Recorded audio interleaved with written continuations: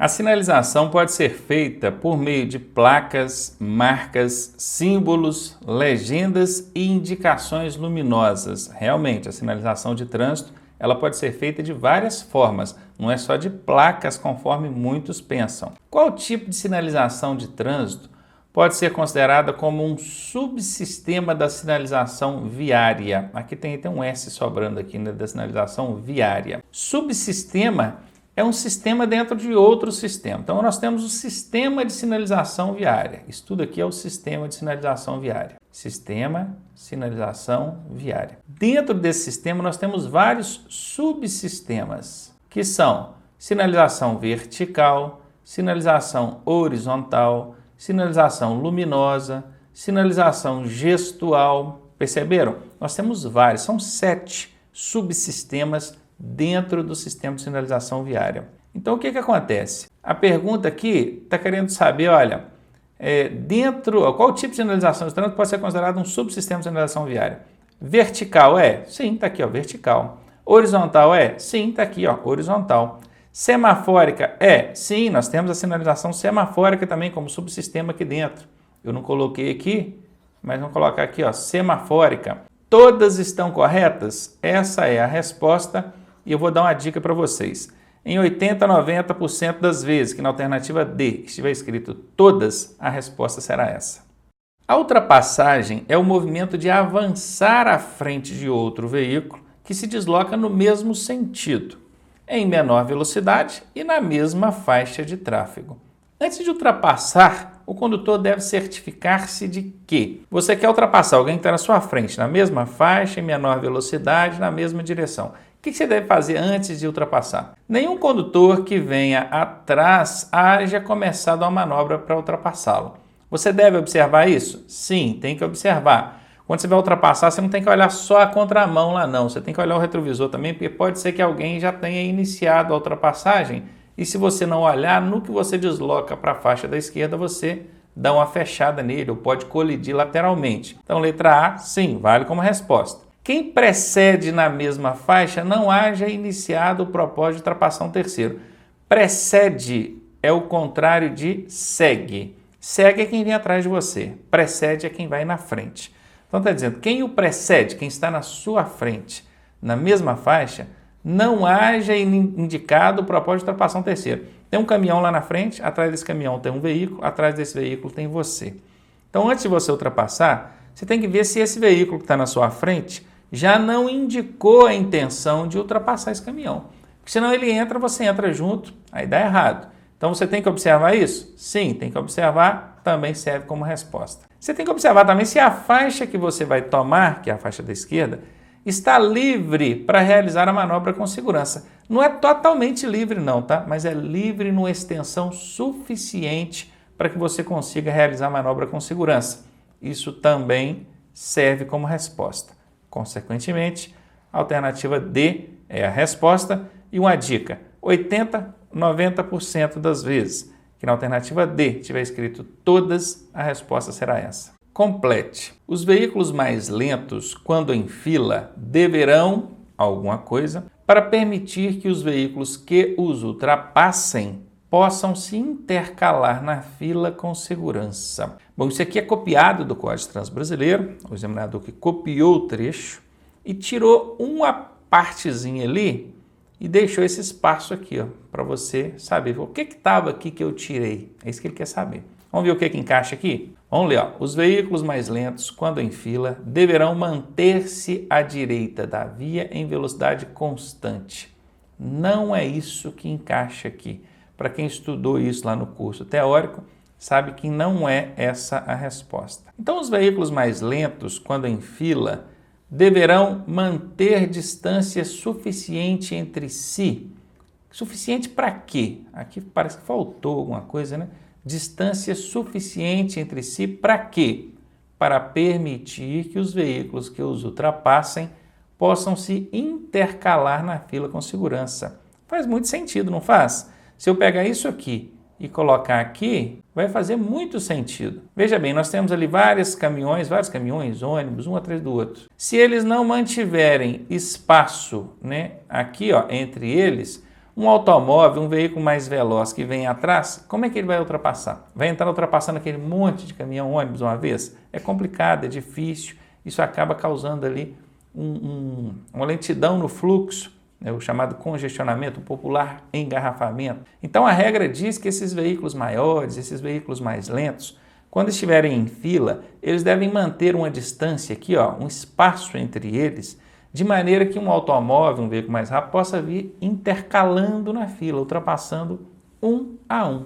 Então, é exatamente essa a resposta, letra B de bola.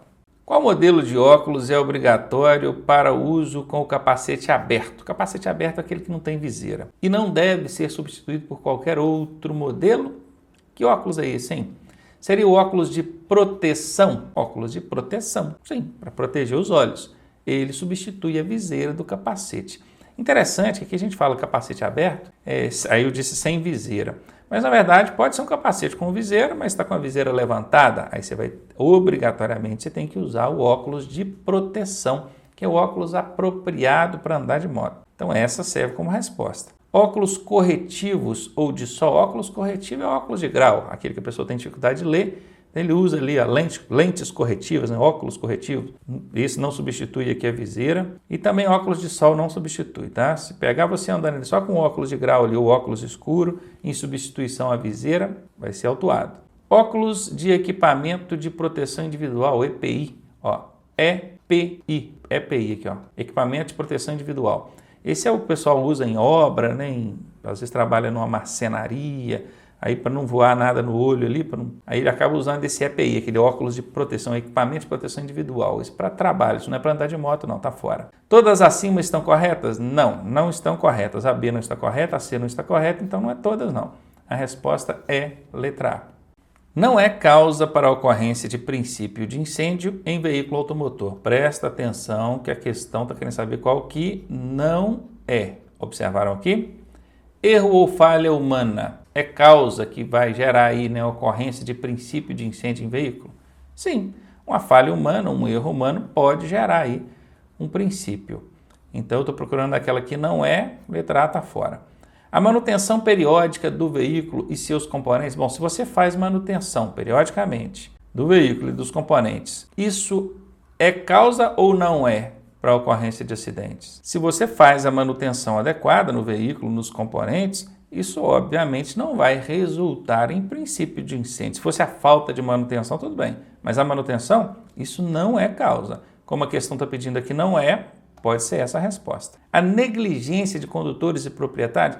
O negligenciar é ignorar condições perigosas, desfavoráveis. A negligência sempre vai ser causa aqui de ocorrência de não só de incêndio, mas de outros problemas que venham acontecer com o veículo. Então, é causa, a questão está pedindo aqui não é. Consertos ou instalações mal realizados é causa de princípio de incêndio, assim como de outros problemas. A questão está pedindo aquela que não é, então D está fora. Ficamos então com a alternativa B. De fato, fazer manutenção periódica no veículo e dos seus componentes não é causa que vai levar aí a princípio de incêndio. O bom condutor sabe como se comportar em situação de emergência. Sabe como e de que forma reduzir a velocidade do veículo pode evitar ou amenizar os riscos de uma colisão iminente. Iminente é que está prestes a acontecer, sob o risco de acontecer. Sobre frear motocicletas, podemos afirmar que, antes de responder aqui, deixa eu fazer uma crítica ao Detran.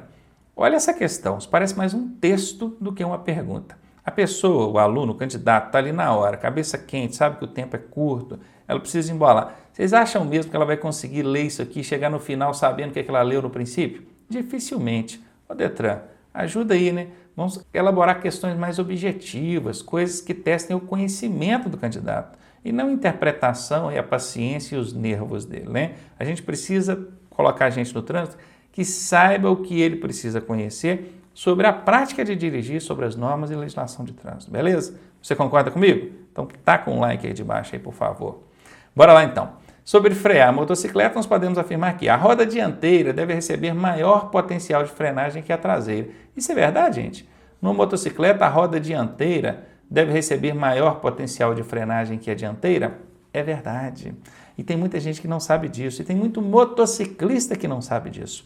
Uma frenagem adequada, correta numa motocicleta, deve seguir as seguintes proporções: 70% de força na roda dianteira e 30% na roda traseira. Ó, dianteira, traseira. Ficou surpreso? Pois é, então tá aí, mais um que você aprendeu. Isso aqui pode afirmar, tá? A questão perguntou qual que a gente pode afirmar? Pode afirmar aí que tá ok. Na frenagem de emergência, é comum travar a roda traseira. Por quê? Porque a pessoa, o motociclista, ele é assustado, taca o pé no freio, né? E o pé é o freio traseiro. Aí trava a roda traseira e ela perde, né? Se desloca lateralmente. Isso é verdade, tá? Não é o adequado, não é uma frenagem adequada, correta, mas é verdade, isso acontece. Os freios devem ser usados simultaneamente. Simultaneamente quer dizer ao mesmo tempo. Quando fala os freios, o examinador que certamente se referiu aos freios dianteiro e traseiro. Sim, simultaneamente, na proporção de 70% na frente, 30% atrás. Alguém pode pensar assim, pô, mas como é que eu vou saber que eu estou apertando esse 70%, 30%? É claro que não dá para fazer isso com precisão, né? Mas o treinamento, o tempo, vai fazer você entender, até em questão de sensibilidade, que na frente ali você está colocando mais força que no pé, que no caso é o freio traseiro, tá? Então isso aqui também a gente pode afirmar. Letra D, a resposta, todas, olha a dica, hein? 80%, 90% das vezes, que na alternativa D estiver escrito todas, essa será a resposta. Complete a frase. Nos casos de parada cardíaca, os lábios tendem a ficar azulados. Isso tem um nome técnico chamado de cianose. As pupilas, que são esses pontos escuros que a gente tem no centro do olho, encontram-se alguma coisa e a vítima apresenta palidez acentuada. Ela fica muito pálida, muito branca. Imagina comigo, parada cardíaca. O que é que o coração faz? Cardíaco é de coração, né? Bombeia o sangue para o organismo. Se o coração parou, o sangue para de circular, a pessoa tende a ficar pálida, né? Pálida. Então isso aqui é verdade. Os lábios tendem a ficar arroxeados. Isso é verdade, azulados, arroxeados, a cianose aqui. E as pupilas? O que acontece com as pupilas? Esses pontos que tem no centro do olho. Elas ficam contraídas. Contraídas é quando elas fecham. Elas ficam enrijecidas. Enrijecida é dura. Não, isso não endurece não, já vou até tirar. Dilatadas? Pode ser. Então, contraídas ou dilatadas. Ou ficam rígidas. Rígidas ou enrijecidas é a mesma coisa, tá fora. A dica aqui a questão aqui é saber se elas vão ficar contraídas, as pupilas, ou dilatadas. Parada cardíaca, as pupilas ficam dilatadas, grandonas, tá? Então tá aqui a resposta, letra C. Localize a metade inferior do osso externo. Alguém pode estranhar esse externo escrito com S aqui, porque a gente conhece a palavra externo. Essa palavra aqui, ela quer dizer externo, do lado de fora, para fora. Mas isso aqui não é a mesma coisa que isso aqui. Isso aqui é o nome do osso, por isso que ele é escrito com S dessa forma. E é por isso que ele está com E maiúsculo, porque é um nome, ok? Então esse osso chamado externo, é esse osso que a gente tem no meio do peito aqui, ó, subindo 2 dedos a partir do início da costela. Acha aqui o primeiro osso da costela, vem aqui na pontinha dela, sobe 2 dedos. Esse é um dos procedimentos para executar a massagem cardíaca. Sim, que é para você encontrar o local exato aqui de fazer a compressão, que deve ser repetida cerca de quantas vezes por minuto? Massagem cardíaca, compressão no tórax aqui, para fazer o coração bombear o sangue, deve acontecer num ritmo de, em média, 100 vezes por minuto. Letra C, a resposta. Nos casos em que a vítima, além de não respirar, sofre parada cardíaca, olha só, parou de respirar e o coração parou de bater. Deve-se proceder com... Aí é o seguinte, respiração boca a boca, não usa-se mais técnica boca a boca em prestação de socorro, tá? Então tá fora. Massagem cardíaca, tem que fazer, né? Porque ela teve uma parada cardíaca. Então aqui pode ser a resposta. Reanimação cardiorrespiratória. Acaba acontecendo, sim, uma reanimação cardiorrespiratória, que aqui são as duas coisas, ó, cardíaca e respiratória. Só que não será feita com boca a boca, igual era antigamente. Antigamente era assim, era uma pessoa soprando para fazer a respiração e a outra comprimindo para fazer a compressão. Então, hoje é feita a reanimação tanto cardíaca quanto respiratória somente pelo método de massagem cardíaca. Então, a letra B serve como resposta. Mas a C aqui, ela está até mais completa, né? Reanimação cardiorrespiratória. Sim, a finalidade é essa, é reanimar respiratória e cardiacamente. Então, a letra C parece mais completa que a B, então eu vou eliminar a B e vou ficar com a C por enquanto. Vamos ler a última agora. Somente aguardar a chegada do socorro especializado? Esse somente aqui é uma casca de banana. Quem estuda com a gente sabe quais são as cascas de banana, as armadilhas que são colocadas em prova. Aqui embaixo, ó, autoescolaonline.net, está o site aqui, ó. Acesse isso aqui, vai lá em cursos online. Lá você vai aprender essa e várias outras técnicas e macetes para fazer a sua prova, tá? Tem somente? É armadilha. Pode eliminar a alternativa e ficar com aquela que a gente suspeitava mesmo. Letra C. Sabemos, portanto, que a ressuscitação cardiopulmonar, quer dizer cardíaca e respiratória ao mesmo tempo, funciona melhor quando executada nos primeiros 15 minutos? Olha, essa é uma pergunta até bastante objetiva e ela é relativamente fácil. Não tem, quando eu falo objetiva, assim, porque não tem muito para onde correr. E ela é fácil porque ela trata de uma situação, uma condição muito óbvia. Se você tiver que analisar aqui, ó, você precisa fazer uma ressuscitação cardiopulmonar e alguém que parou de respirar e pulsar. Você acha que isso é feito melhor nos primeiros 15 minutos ou nos primeiros 5 minutos? Se você tivesse que escolher. Quanto antes, melhor, não é verdade? Então, você ficaria com letra C, já elimina a letra A.